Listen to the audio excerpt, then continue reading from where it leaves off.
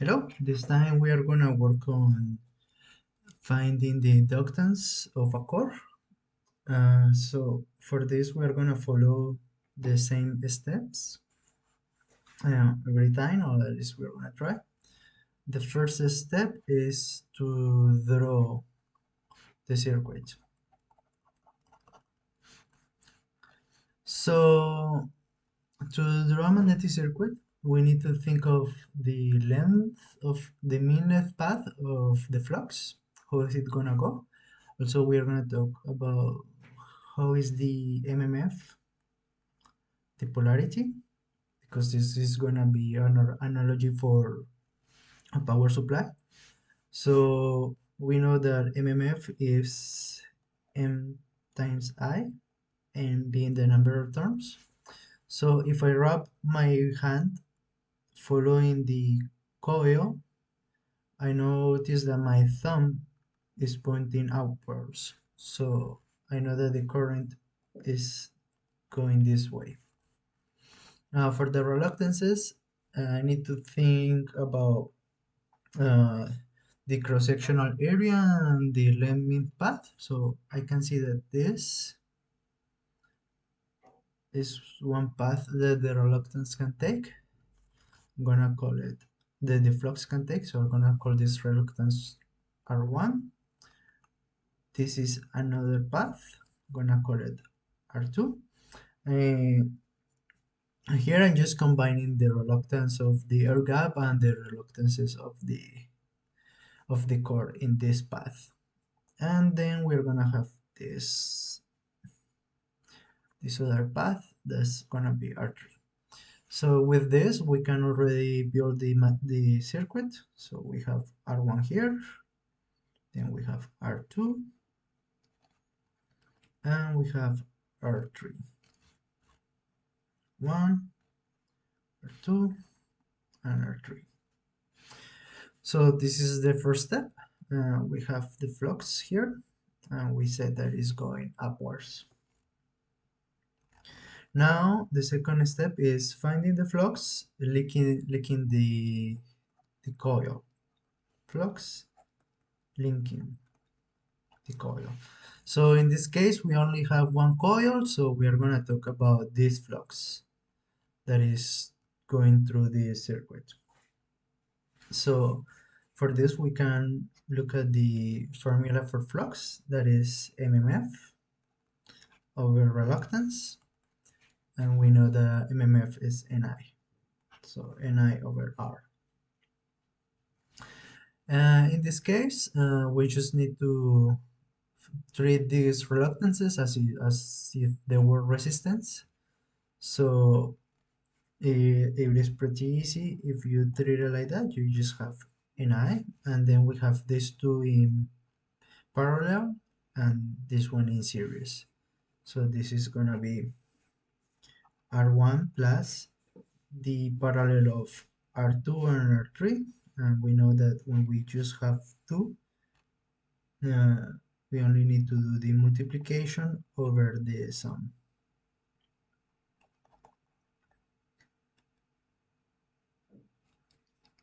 Okay, R2 and R3, yeah. So R2 plus R3. Now we can we can leave it like this, or we can go a little bit further. We multiply this, and so we can have just one fraction here and then multiply it to the top. That's gonna give us Ni times R2 plus R3 over the sum of the multiplications, R1 times R2 plus R1 times R3 plus R2 times R3. So like this, we have the flux linking the coil. Now we need to find the flux linkage. Find flux linkage. Now flux linkage is just M times number of turns times the flux uh, of the coil. Uh, in this case, we just need to multiply n times all of this. So can have all of this and n. Okay, and this is our flux linkage. Now this n capital N is the same as this one. It's just that when I write MMF, I write it as not capital M. But now we have n squared. We can simplify this a little bit. So it will be n squared.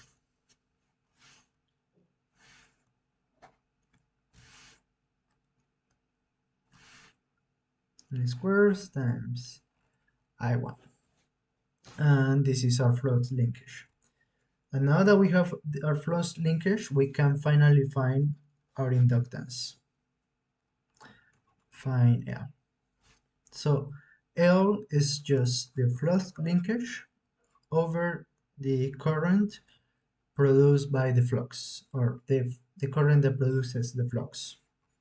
So we are gonna have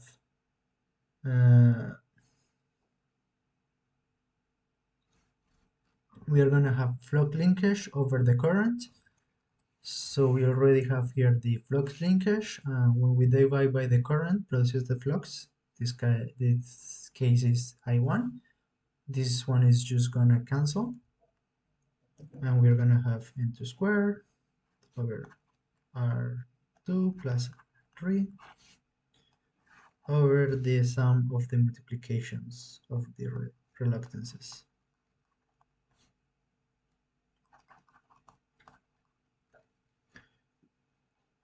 So like this, we can easily find the inductance of a core.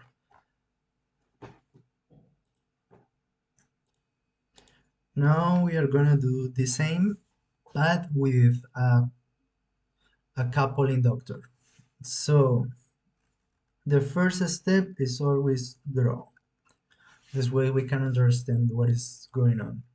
So we'll have here one Ni or MMF. That's gonna be our source. Again, if I wrap my right hand around this, I notice that if I wrap it in the direction of the coil, I notice that my thumb is going upwards. So that's the direction of the current. Again, I notice that here we have one path for reluctance. That's gonna be R1. Here we have another path for the flux. That's gonna be our R2. And here we have the third path, so I'm going to call it R3. So here we have the circuit. But here we have another coil. So this is going to produce another MMF. And again, I wrap my hand around in the direction of the current. And that tells me that this is the polarity.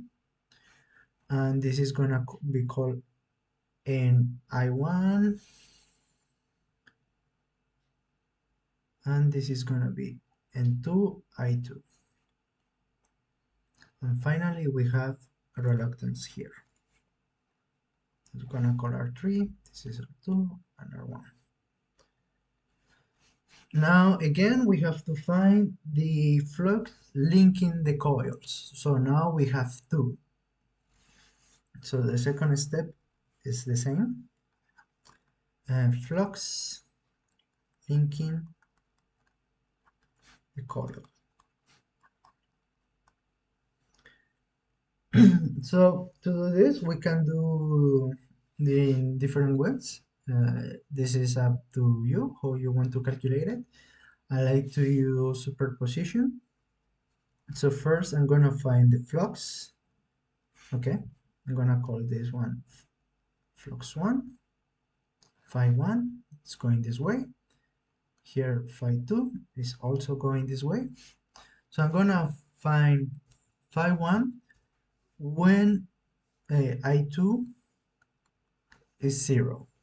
So basically I'm shorting, I'm treating it as this power supply is a short here. And if I do this, I'm gonna draw here like what would be the equivalent circuit, just to make it clear.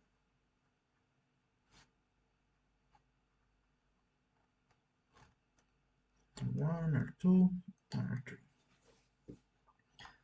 So here we have the short that I was talking about. So again, we need to remember that flux is just Ni over reluctance. And now here we are gonna have the same that we calculated when we had just one power supply or just one source. That's gonna be phi 1 when I2 is equals to 0. It's gonna be the same that we just calculated here. So we can see it as I1 N1 times I1. We are gonna have the sum here, R2 plus R3 over the multiplication, the sum of the multiplications, R1 times R2, R1 times R3, and R2 times R3. And this is just a quick way to do it. If we look back, it's just the same. And now we have the flux phi I when the current I2 is 0. Now we need to find the flux I1 when the current phi 1 when the current I1 is 0. So you're gonna draw, if we look at the circuit, this will just be when we short this one. So I'm gonna draw it one more time. So here we have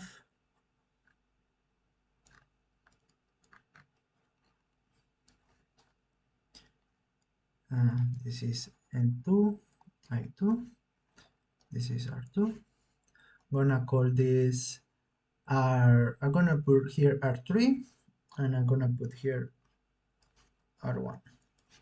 It's the same circuit, just that I move this resistor over here in the middle.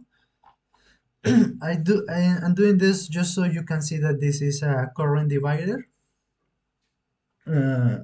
Because remember, we want the current 1 that is going here. We don't want, in this case, right now, we don't want phi 2. So we are gonna calculate this.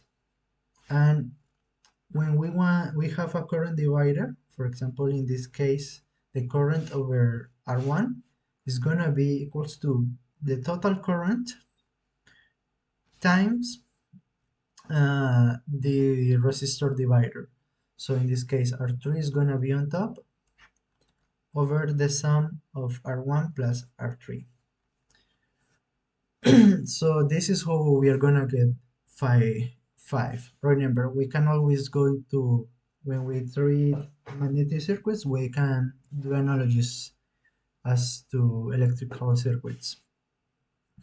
So what's gonna be our total flux? Our total flux is gonna be our MMF over the total reluctance. And if we would do it the same way that we've been doing it, we are gonna have that, okay, phi 1 when I2 is 0. We are gonna have, of course, N2 and I2, because this is the MMF, this is where it's coming. We are gonna have the sum, R1 plus R3. over the multiplication of the or the sum of the multiplication. So R2 times R1 plus R2 times R3 plus R1 times R3. And this all multiply by this is our total flux, and we multiply it by the divider. So this is going to be R3 over R1 plus R3. And if we look closely, this one and this one can go. So in total, our flux when I2 is 0, I'm sorry, when I1 is 0, because this time we shorted this one, is gonna be N2 times R3 over. Now I'm just, for the sake of not writing this again and again, I'm just gonna call this sum of Ri, Rj. And you know that I'm talking about this. Or the sum of R1, Ri, Rj. Now we need to talk about the polarity. Here we see that 5 is going this way, but here the current is also going this way, so this is negative. And now we have both, so we just need to add them up. So flux in psi 5 or flux 1 is gonna be this one that we calculated here,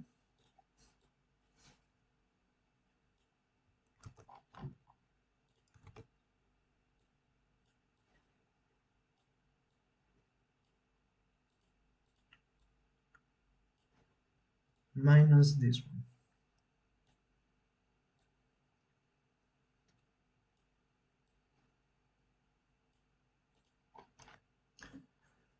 And of course this is multiplied by I2.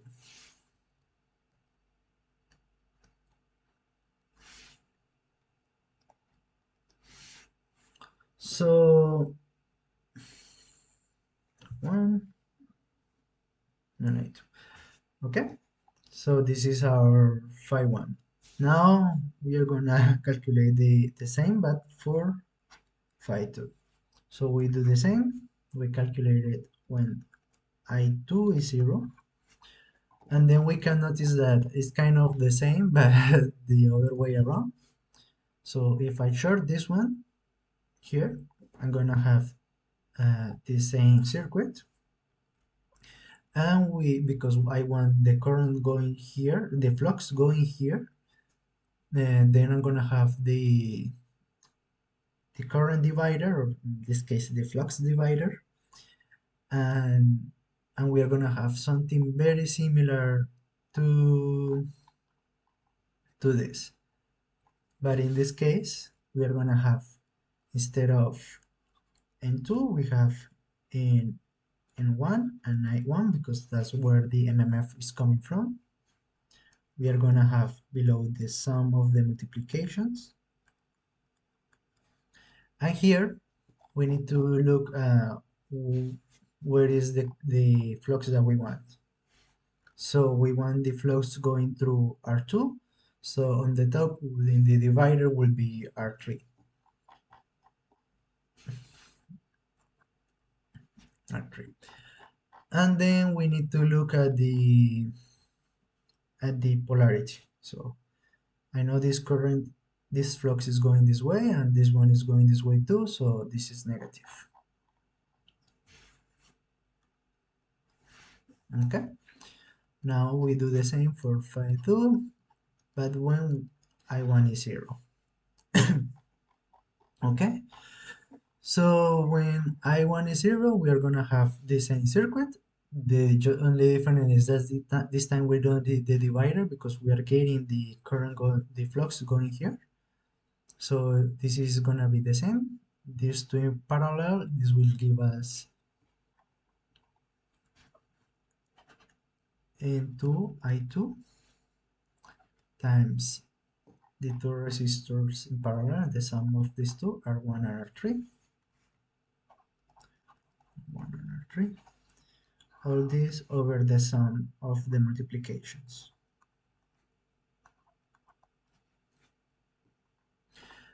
Okay, and these two, when we add them up, is what give us our phi 2.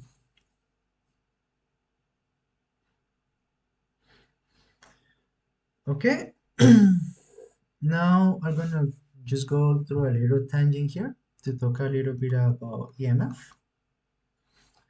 EMF is equals to the number of turns times the rate of change of the flux.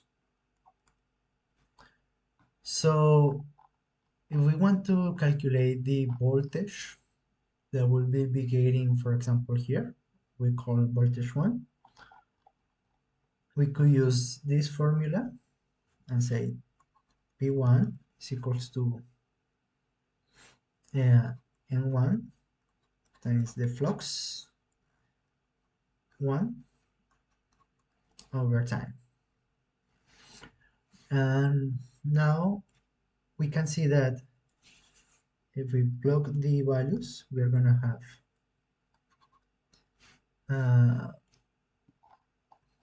this one. This is I1. So we are gonna have this one squared because we are multiplying by n. And the reluctances are constant, they don't change. The only thing that is changing is I. So this is what we will derive it. So we will have an I squared over the sum of the multiplications.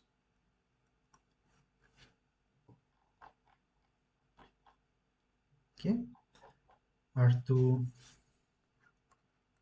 plus R3 times the derivative of I. And similar for the other side, here we had n2, so when we multiply, we're going to have n1 times n2 times the resistor, or the reluctance R3, over the sum of the multiplications, and this is I1, and this is I2. Now, if we look at this looks a lot as the equation of the voltage in an inductor.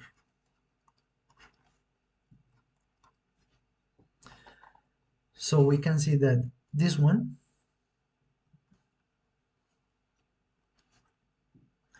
is one inductance, and this one is another inductance, but this one is only with the respect of one coil.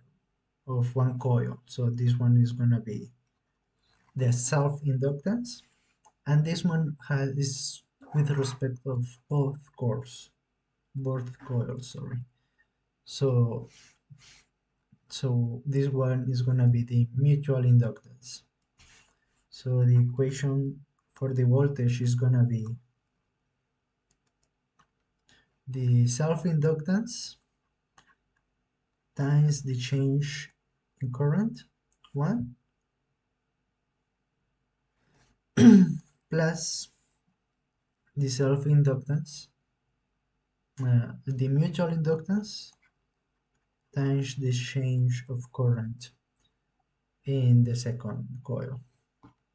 Okay, so this is just nice to know how to calculate the voltage when we have a couple inductor. Now, going back to what we were doing, so we are gonna go back to the third step, that is find the flux linkage. This is to get inductance. So we know that the inductance is the flux linkage over I. Um, as we seen before, we seen that the self-inductance uh, uh, is what we had here. So I'm gonna put it here, n squared r2 plus r3 over the sum of the multiplications.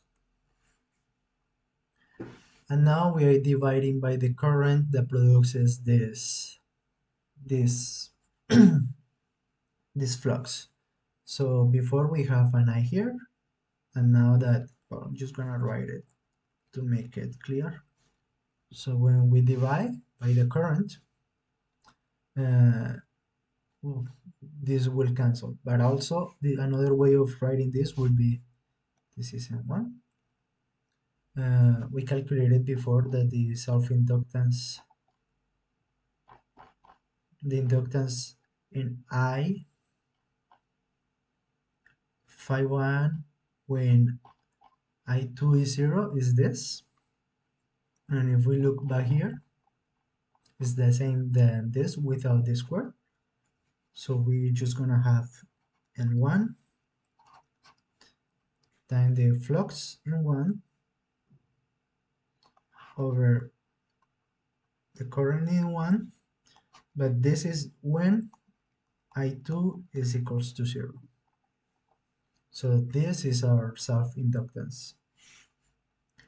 And then we can do the same for the mutual inductance. We are gonna have 1 and 2 times R3 over the sum of the multiplications, and we are gonna have it multiplied by I2. And now if we look back, we are gonna see that this is the same that we calculated the flux when we have I1 equals to 0.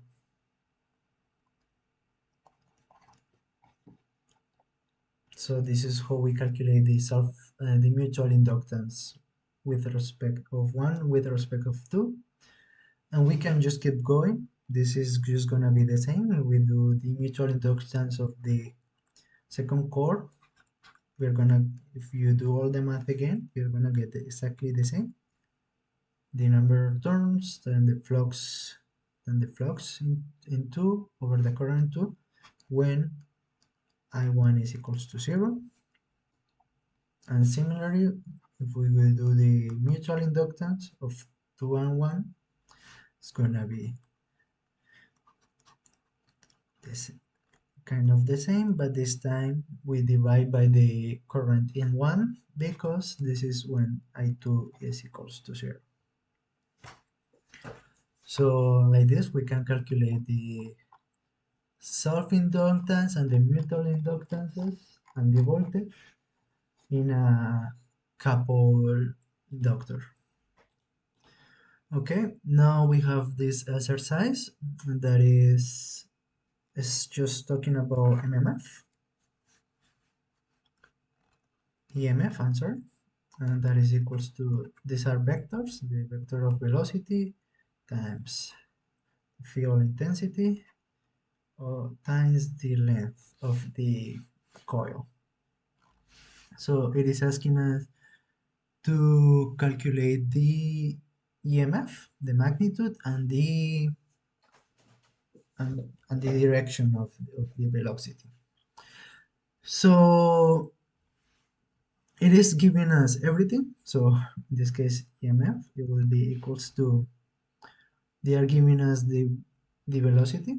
This case is 5 meters per second times the flux density, that is 0.5 Tesla, and is giving us the length of the coil, that is 1 meters, and this is just equals to 2.5. Okay, so this is the magnitude of the vector, and to get the like the direction, we are gonna use the we can use the right hand rule. And if you put your right hand like this, your middle finger is gonna be the current, flux density is gonna be your index finger, and your thumb is gonna be the velocity. So here we can see that the direction of the vector is from left to right, like is on the drawing already. This is pretty easy. It's just mostly about always use the right hand. Don't if just keep one convention, and that is it.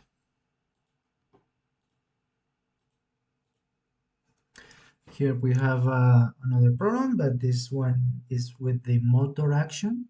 So we have that the force is equals to the current times the length of the coil of the conductor times the flux density. So again, we are given everything, and we can calculate the force. The current is given is 0.5 amps, and it's telling us that the wire is 1 meter long, and the flux density is 0.25 teslas. When we calculate this, is just 0.25 newtons, because this is force. And now it's asking us to figure out the direction. So again, with the right hand rule, we can see that your index finger is going to be the field intensity, and your middle finger is going to be the current,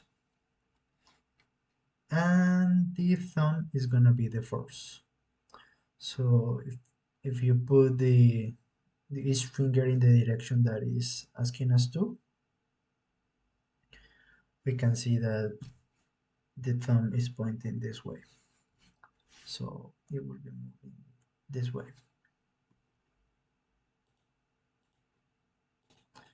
Okay, now going back to finding the inductances and self-inductances, of course, a couple inductors. So they're asking us to find flux, the equations of flux and the magnetic circuits. So again, to find the magnetic circuits, we first look at the sources. So we have one source here, and we can see that the current is going this way. And if I wrap my right hand with my fingers going this way, I see that my thumb is pointed upwards. So this is the direction. And I see here, this is a path, one path that I can take for the reluctance, for the flux. So this is gonna be my reluctance. And here again, I have another path. I'm gonna take that as another reluctance. I'm gonna call this R1, R2. Here I have another source. First I'm gonna call this one N1, I1.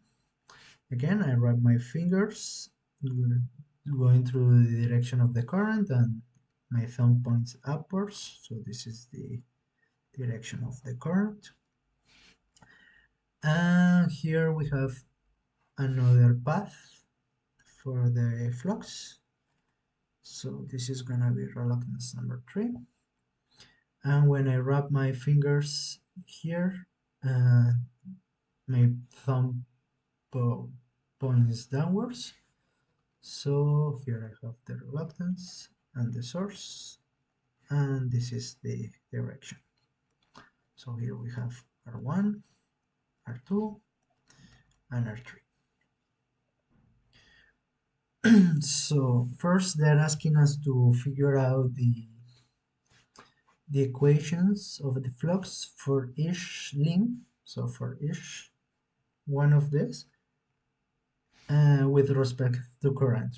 So we can do it pretty easily as we have done the previous exercises. We look at this flux. We're gonna start with, I'm gonna call this one phi 1. It's going this way. This is phi 2. It's going this way. And this is phi 3. It's going this way. So phi 1, when I2 and I3 are equals to 0. So I'm gonna short these two. And when I short these two, when these two power supplies, I can see that I have the same circuit that we worked in the first time. So I know I'm gonna have, I'm gonna need to calculate the flux. I'm gonna need the total reluctance, and I already have the MMF. So Ni. Now I know that I'm gonna have the sum of these two because they are in parallel over the sum of the multiplication of the. So I'm doing this pretty quickly, but it's exactly the same that what we did here in the first exercise. Going a little bit more slowly. Okay, slower. And now here we have phi 1 when I1 and I3 are equals to 0. So this time I'm gonna chart this and I'm gonna chart this. So we are gonna have just this one, N2 and I2. So this is where the MMF is coming from, so it's gonna have it. I know that down here I'm gonna have the sum of the multiplications because still we have two in parallel. So, and I know that because I am interested on phi 1, I'm gonna have to do the current multiplier, the current divider, and sorry, the flux divider in this case. So if I want this flux, the resistor that's gonna be on top is gonna be R3. And when I do, and I know that this one is gonna cancel when I do the rest of the equation. So I know this is the what we're gonna get. It's the same as the other exercise we have done. Now we just need to be careful with the polarity.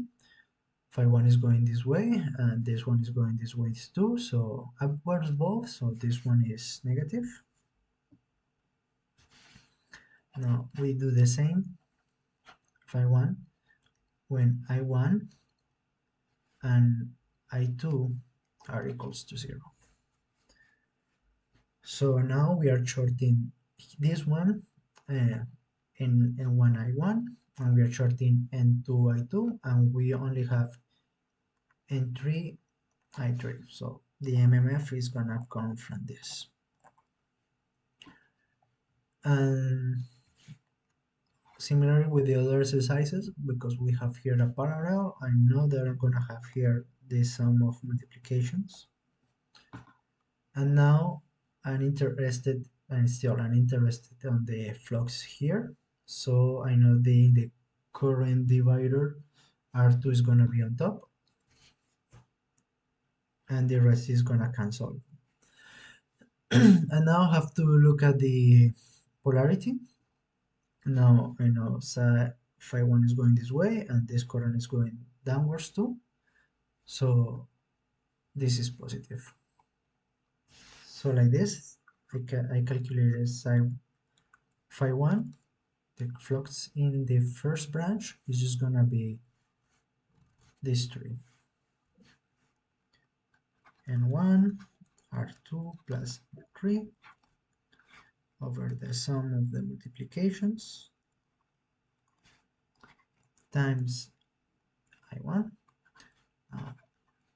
I2 times R3 over the sum of the multiplications as I2 plus N3 over R2, and this is the sum of the multiplications times I3. Sorry, I forgot here. Oh no, I didn't forget. Here is I3. Okay, so this is the first formula flux. Now we can do the same for phi 2. We start with I2 and I3 equals to 0. And when we look at the circuit, if I make this one and this one equals to 0, this current equals to 0 means a short. I'm gonna have the parallel of these two, and I'm gonna have to multiply by the current divider because I'm interested in R2. Then the resistor that's gonna be on top is R3. So the only MMF working is I1 and 1I1.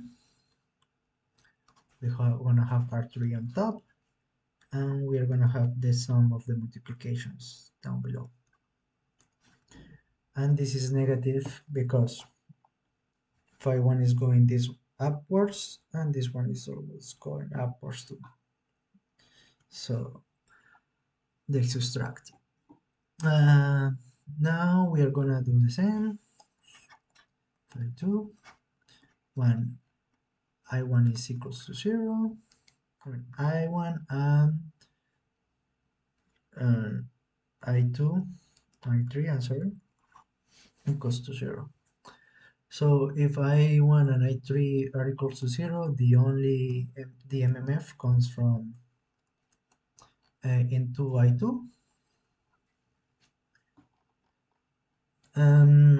So it's coming from this way.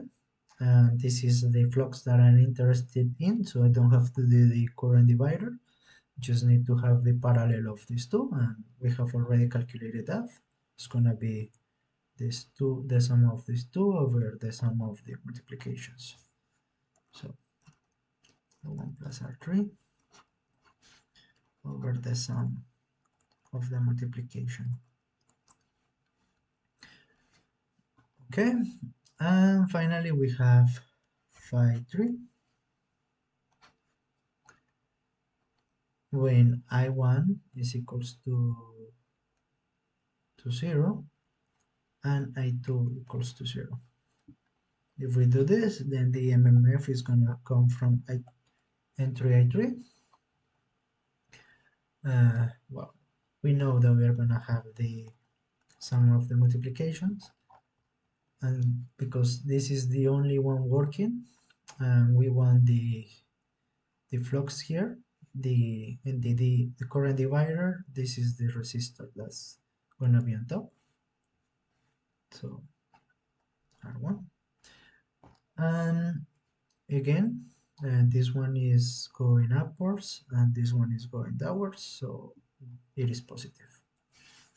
So we can say that phi 2 is L1R3 over the sum of the multiplications, negative, plus N2 R1 plus R3 over the sum of the multiplications times I2 plus N3 times R1 over the sum of the multiplications times I3. Okay, and we are gonna do exactly the same for phi 3. So we start with I2 and I3 equals to 0. So we know that only N1 is gonna be the source. We know that we're gonna use the current divider.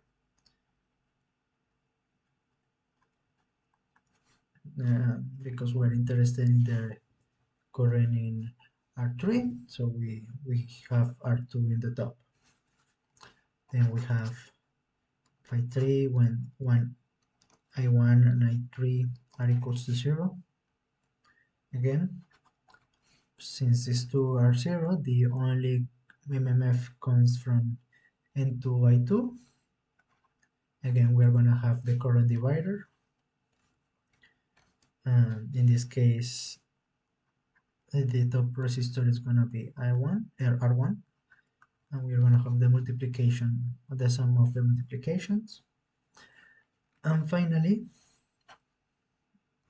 if we have I1 and I2 equals to 0, we have that the MMF comes from I3.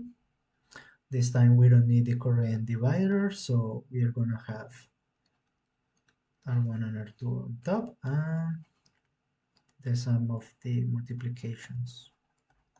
Okay, so we can say that phi 3 is equals to N1 R2 over the sum of the multiplications I1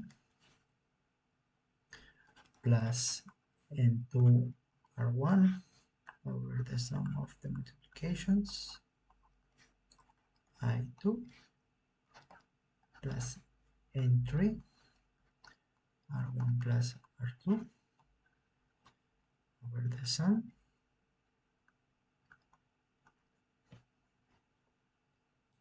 and all these times I3. Now all of these are positive because all of the currents add up to get I3.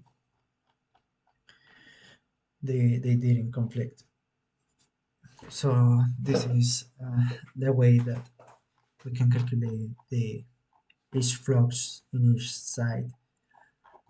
We can keep going and try to find the flux linkage if we wanted to. Now, this exercise is exactly the same as the previous one.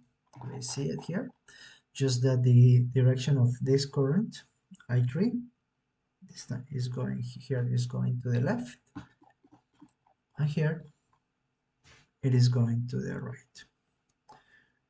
So we can do the same to draw this magnetic circuit. We look this is one reluctance, this is another reluctance, this is another reluctance. So basically it's the same magnetic circuit with three reluctances. These two don't change. The only thing that changes here is the polarity of this source. Before it was minus plus, this time is plus minus. Here we have another reluctance. R1, R2, and R3. R2 and R3. So if we think about it, the only thing that changes is the direction of the current when we were talking about I2. So I'm gonna do it. I'm gonna do the just once to make it clear, but I think I'm gonna find the flux with respect of phi 1 when the current I2 and I3 are equals to 0. That means these two just power off. So we are gonna see that because this is just a chart, there is no difference in terms of what we already calculated. So we are gonna still have the resistors in parallel and the sum and the multiplication of the sum of the multiplications. Yes. Now what it will get interesting, and I think that's the one that I will go do now, is when I1 is equals to I2 equals to 0. So both of these are off. And we will see what happens with this one. So if both of these are off, the MMF comes only from I3. We're gonna have here down here the sum of the multiplications, and we are gonna have the current divider. We are interested on this one. So in the current divider, the resistor that's gonna be on top is R2. And now just to look at the polarity. This one is going up and this one is going up too, so they subtract. So this is the only thing that will change. All these polarities, all of this will become negative. This one will become negative, and this one we already look will become negative, and all the rest will be the same. Okay, now we have here a more practical example. Um, it is telling us that we have an ideal core. An ideal core means that the permeability is infinitive, and we know that the reluctance is equals to the length path over the permeability times the cross-sectional area. So if this is infinitive, this will tend to zero. So basically what it's telling us is that the core, we can neglect the reluctance of the core. And now, the first thing is to draw the magnetic circuit. So we know we have one source here that is N1, and here I'm just gonna call this I1. So I1, if I rub my fingers around in the way of the current is going, I notice that this is the polarity. And now we are gonna go work with the reluctances of the air gaps. So here we're gonna have one reluctance, R1 for G1. Here we have another source. Again, if I rub my fingers, I get this polarity, and this is gonna be N2, I2. And we have another reluctance here for this air gap here. We keep going, we have another reluctance for the other air gap. I'm gonna call it R3. And down here we have another source. If I wrap my fingers around in the direction that the current is going, now of the current is going, yes, I see that this is the polarity. Okay, so I see that the flux is going this way, it's going this way, and it's going this way. Okay, so now that we have actual numbers, we can calculate the reluctances. Again, reluctance is equals to the mean path, that's the permeability over the permeability of air, and times the cross-sectional area. So for R1, that is the reluctance of that's going through this space. We have that G1 is 4 millimeters.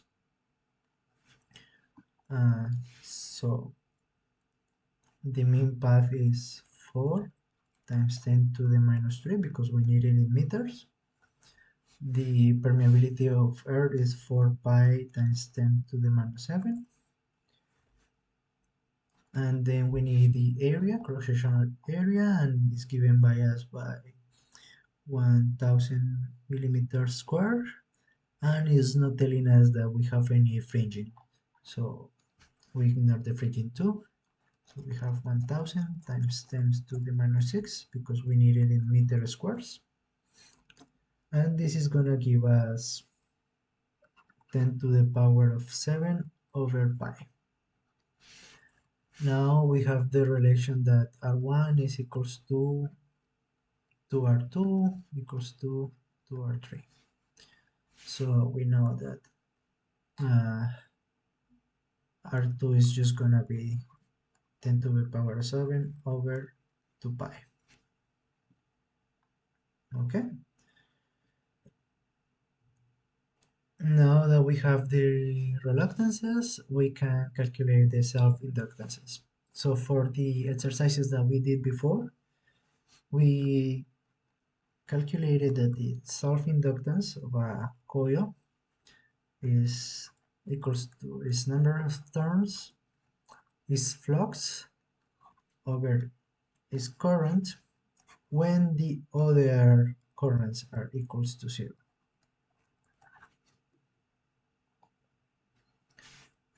So we only need to calculate this flux, and so this flux when these two currents are equals to zero, it means that these two these two supplies are shorted.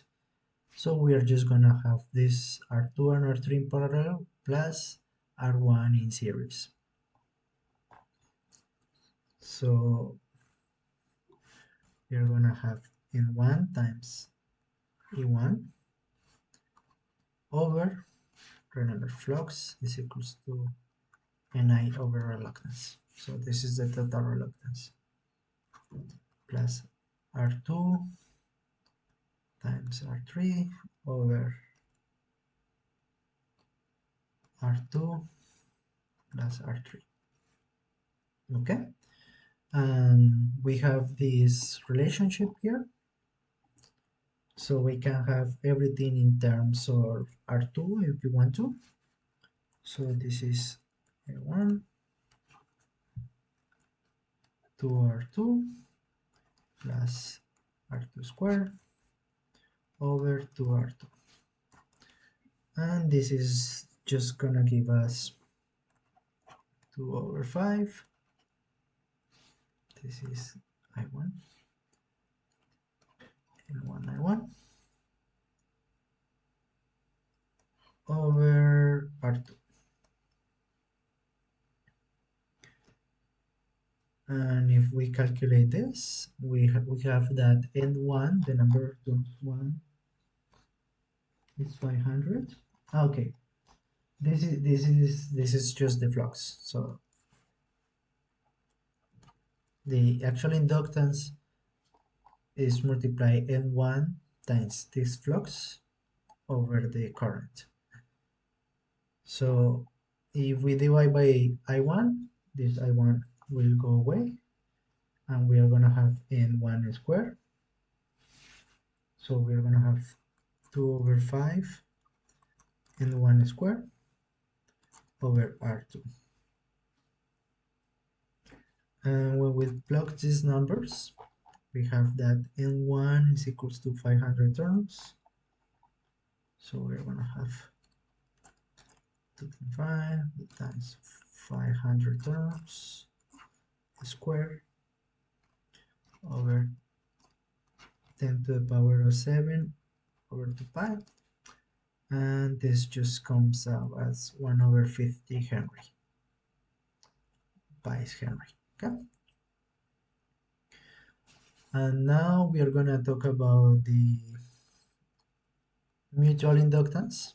Here in the exercises, part B, mutual inductance of 2 and 3.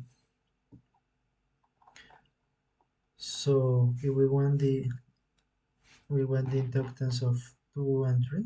Sorry.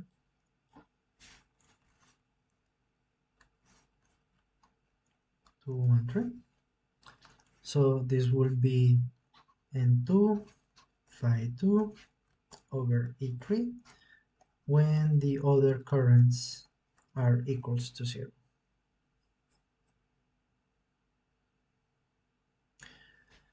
Okay, so when we calculated this, we already done it.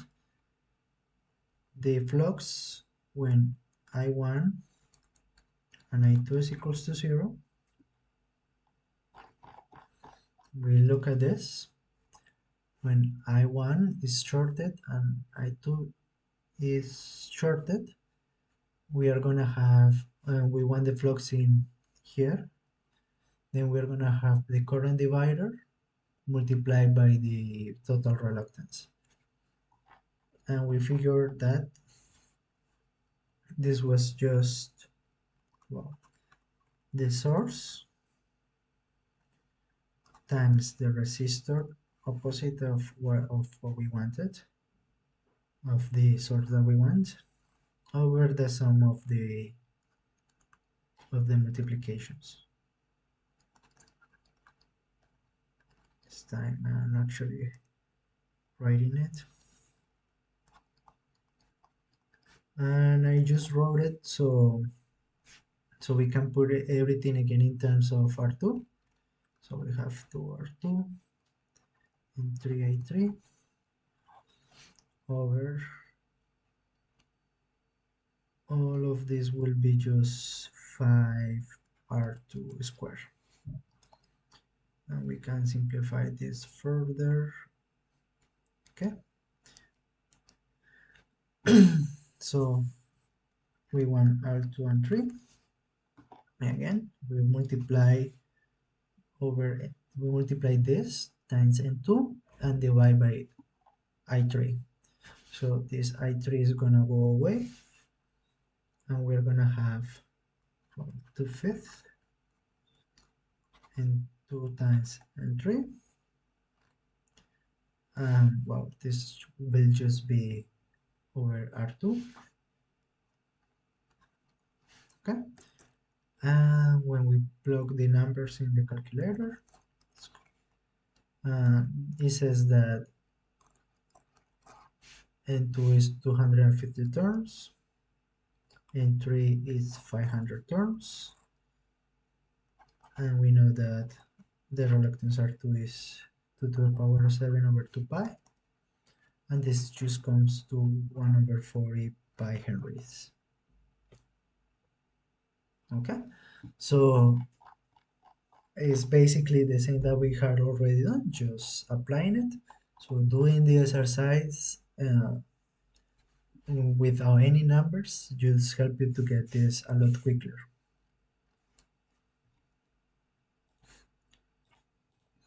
Okay, and for the final exercises, we are just gonna look at the equations for a ideal core. So it is telling us that a transformer reduces 120 in the primary to 8 volts. So we know that the energy over the turns in one side is equals over the energy over the turns over the other side. So it is telling us the energy of the voltage in the primary is 120, the EMF, over number of turns in the primary is 150. And this has to be equals to 8 volts in the secondary, and we don't know the number of turns in the secondary. So this is just simple arithmetic. We solve for n2, and this just give us 10 terms. And if we want the ratio, it's just n1 over n2, and the ratio would be 150 over 10. That's just 15. Okay, and for the other exercise, it's telling us that this time they are giving us the current. So for the current, we know that the current in the primary times the number of turns in the primary plus the current in the secondary times the number of turns in the secondary is equals to 0. So here they're telling us that we have 0.3 amps times 240 turns plus a current that we don't know times 30 turns. 30 turns is going to be equals to 0. So we just need to solve for I2, and that's just give us, well, we multiply here, minus 72 over 30. This gives us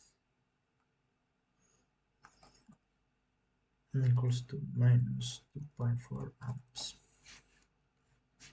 So this is pretty easy. Just need to remember these two equations to solve this type of exercise.